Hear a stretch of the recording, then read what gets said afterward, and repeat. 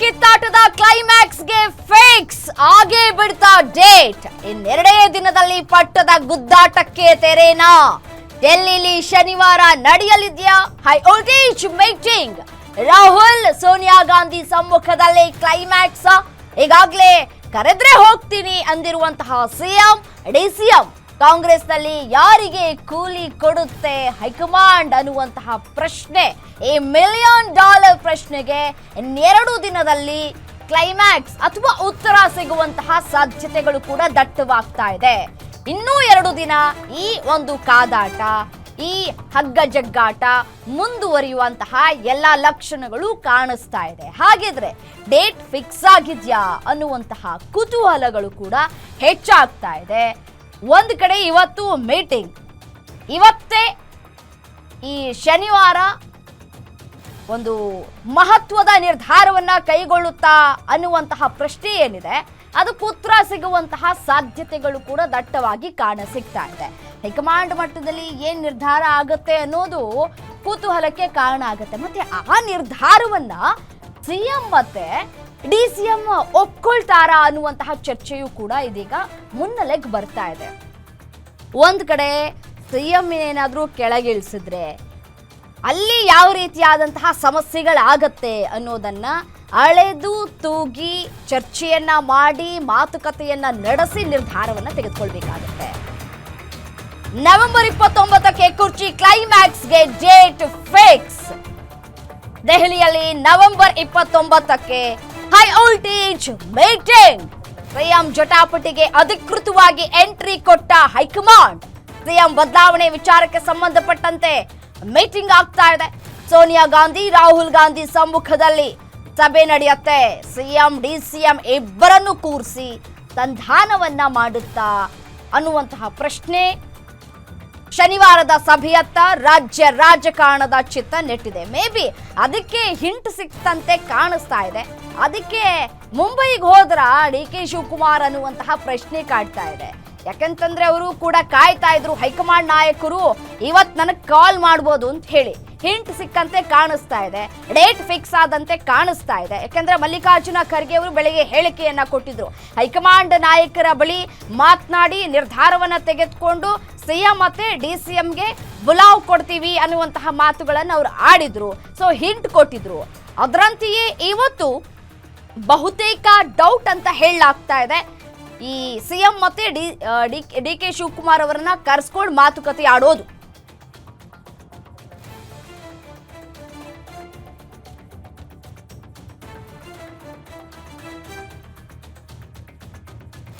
ಇದೇ ವಿಚಾರಕ್ಕೆ ಸಂಬಂಧಪಟ್ಟಂತೆ ಮತ್ತಷ್ಟು ಡೀಟೇಲ್ಸ್ ಕೊಡ್ತಾ ಹೋಗ್ತಾರೆ Maruti Pavagada, political bureau head ದೂರವಾಣಿ ಸಂಪರ್ಕದಲ್ಲಿದ್ದಾರೆ. ಮಾರುತಿ, ಸದ್ಯಕ್ಕೆ ರಾಜ್ಯ ರಾಜಕಾರಣದಲ್ಲಿ ಕ್ಷಣ ಕ್ಷಣಕ್ಕೂ ಬದಲಾವಣೆ ಆಗೋದನ್ನ ನಾವು ಗಮನಿಸ್ತಾ ಇದ್ದೀವಿ. ಈ ಮಧ್ಯದಲ್ಲೇ ಮುಂಬೈಗೆ ಹಾರ್ತಾ ಇದ್ದಾರೆ ಡಿ.ಕೆ.ಶಿ. ಕಾರಣ ಏನು ಮುಂಬೈಗೆ ಹೋಗೋದಕ್ಕೆ ಅಂತ ಹೇಳಿ? ಮುಖ್ಯಮಂತ್ರಿ ಆಗ್ಬೇಕು ಅನ್ನುವಂತ ಒಂದು ಬಯಕೆ ಮತ್ತೆ ಆಸೆ ಡಿ.ಕೆ. ಶಿವಕುಮಾರ್ ಅವ್ರಿಗೆ ಇರೋದು ನಿಜ. ಇದಕ್ಕೆ ಏನೆಲ್ಲ ಕಸರತ್ತು ಮಾಡಬೇಕು ಅದನ್ನ ಕಳೆದ 15-20 ದಿನಗಳಿಂದ ಮಾಡ್ತಾನೆ ಇದ್ದಾರೆ. ಆದ್ರೆ ಇವತ್ತು ಮುಂಬೈಗೆ ಹೋಗ್ತಾ ಇರೋದಕ್ಕೂ ಇದಕ್ಕೂ ಯಾವುದೇ ಸಂಬಂಧ ಇಲ್ಲ. ಮುಂಬೈಗೆ ಹೋಗ್ತಾ ಇರೋದು ಒಂದು ಖಾಸಗಿ ಕಾರ್ಯಕ್ರಮದಲ್ಲಿ ಒಂದು ಸ್ನೇಹಿತರ ಮದುವೆಯಲ್ಲಿ ಭಾಗವಹಿಸುವ ಸಲುವಾಗಿ. ಅದಾದ ಬಳಿಕ ಇವತ್ತು ರಾತ್ರಿಯೇ ಡಿ.ಕೆ. ಶಿವಕುಮಾರ್ ಅವರು ಬೆಂಗಳೂರಿಗೆ ವಾಪಸ್ ಆಗ್ತಾ ಇದ್ದಾರೆ. ಆದ್ರೆ ಒಂದು ವೇಳೆ ಅದರ ಒಳಗಡೆ ಕಾಂಗ್ರೆಸ್ ಹೈಕಮಾಂಡ್ ಇಂದ ಬುಲಾವ್ ಬಂದಿದೆ ಆದ್ರೆ ನೇರವಾಗಿ ಅವರು ದೆಹಲಿಗೆ ಹೋಗುವಂತ ಒಂದು ಸಾಧ್ಯತೆಗಳಿದಾವೆ. ಮುಂಬೈಗೂ ಹೋದ ಬಳಿಕ ಬುಲಾವ್ ಬಂದ್ರೆ ಮುಂಬೈಯಿಂದ ನೇರವಾಗಿ ದೆಹಲಿಗೂ ಹೋಗ್ಬೋದು. ಇಲ್ಲ ಅಂತ ಹೇಳಿದ್ರೆ ಬೆಂಗಳೂರಲ್ಲಿ ಇದ್ದಾಗಲೇ ಬುಲಾವ್ ಬಂದ್ರೆ ಯಾವುದೇ ಕ್ಷಣದಲ್ಲಿ ದೆಹಲಿಗೆ ಹೋಗೋದಕ್ಕೆ ಡಿ.ಕೆ. ಶಿವಕುಮಾರ್ ಅವರು ಮನಸ್ಸು ಮಾಡಿದ್ದಾರೆ. ಆದ್ರೆ ಈ ಕ್ಷಣದವರೆಗೂ ಕೂಡ ಕಾಂಗ್ರೆಸ್ ಹೈಕಮಾಂಡ್ ನಿಂದ ಸಿದ್ದರಾಮಯ್ಯ ಮತ್ತೆ ಡಿ.ಕೆ. ಶಿವಕುಮಾರ್ ಇಬ್ಬರಿಗೂ ಕೂಡ ಯಾವುದೇ ರೀತಿಯಾದಂತ ಒಂದು ಬುಲಾವ್ ಬಂದಿಲ್ಲ. ಬೆಳಗ್ಗೆ ಮಲ್ಲಿಕಾರ್ಜುನ ಖರ್ಗೆ ಅವರು ಬೆಂಗಳೂರನ್ನ ಬಿಡುವಂತ ಒಂದು ಸಂದರ್ಭದಲ್ಲಿ ಇಬ್ಬರನ್ನ ದೆಹಲಿಗೆ ಕರೆಸಿ ಮಾತುಕತೆಯನ್ನ ಆಡ್ತೀವಿ ಅಂತ ಹೇಳಿದ್ರು. ಇವತ್ತು ಮಧ್ಯಾಹ್ನ ಮಲ್ಲಿಕಾರ್ಜುನ ಖರ್ಗೆ ಹಾಗೂ ಸುರ್ಜೇವಾಲಾ ವೇಣುಗೋಪಾಲ್ ಅವರ ಸಭೆ ಇನ್ನೂ ಕೂಡ ಮುಂದುವರೆದಿದೆ. ಹೀಗಾಗಿ ಆ ಸಭೆಯಲ್ಲಿ ಏನಾಗುತ್ತೆ, ತದಬಳಿಕ ಅನಿವಾರ್ಯ ಆದ್ರೆ ಡಿ.ಕೆ. ಶಿವಕುಮಾರ್ ಮತ್ತೆ ಸಿದ್ದರಾಮಯ್ಯ ಇಬ್ಬರಿಗೂ ಕೂಡ ಬುಲಾವ್ ಕೊಡ್ತಾರೆ. ಬುಲಾವ್ ಕೊಟ್ಟಾಗ ಹೋಗ್ಲೇಬೇಕಾಗುತ್ತೆ. ಆದ್ರೆ ಮುಂಬೈಗೆ ಹೋಗ್ತಾ ಇರೋದಕ್ಕೂ ಇದಕ್ಕೂ ಯಾವುದೇ ಸಂಬಂಧ ಇಲ್ಲ ಅನ್ನುವಂಥದ್ದನ್ನ ಅಧಿಕೃತವಾಗಿ ಕೆಪಿಸಿಸಿ ಅಧ್ಯಕ್ಷ ಡಿ.ಕೆ. ಶಿವಕುಮಾರ್ ಅವರು ಹೇಳಿದ್ದಾರೆ. ಆದ್ರೆ ಹಲವು ಬಾರಿ ರಾಜಕೀಯ ಬೇರೆ ಬೇರೆ ತಿರುವುಗಳನ್ನ ಪಡ್ಕೊಂಡಿರುವಂತದ್ದು ಕರ್ನಾಟಕದ ಆಪರೇಷನ್ ಕಮಲ ಹೆಚ್ಚು ಚರ್ಚೆ ಆಗಿದ್ದು ಕೂಡ ಮುಂಬೈ ರೆಸಾರ್ಟ್ ರಾಜಕಾರಣದಲ್ಲಿ.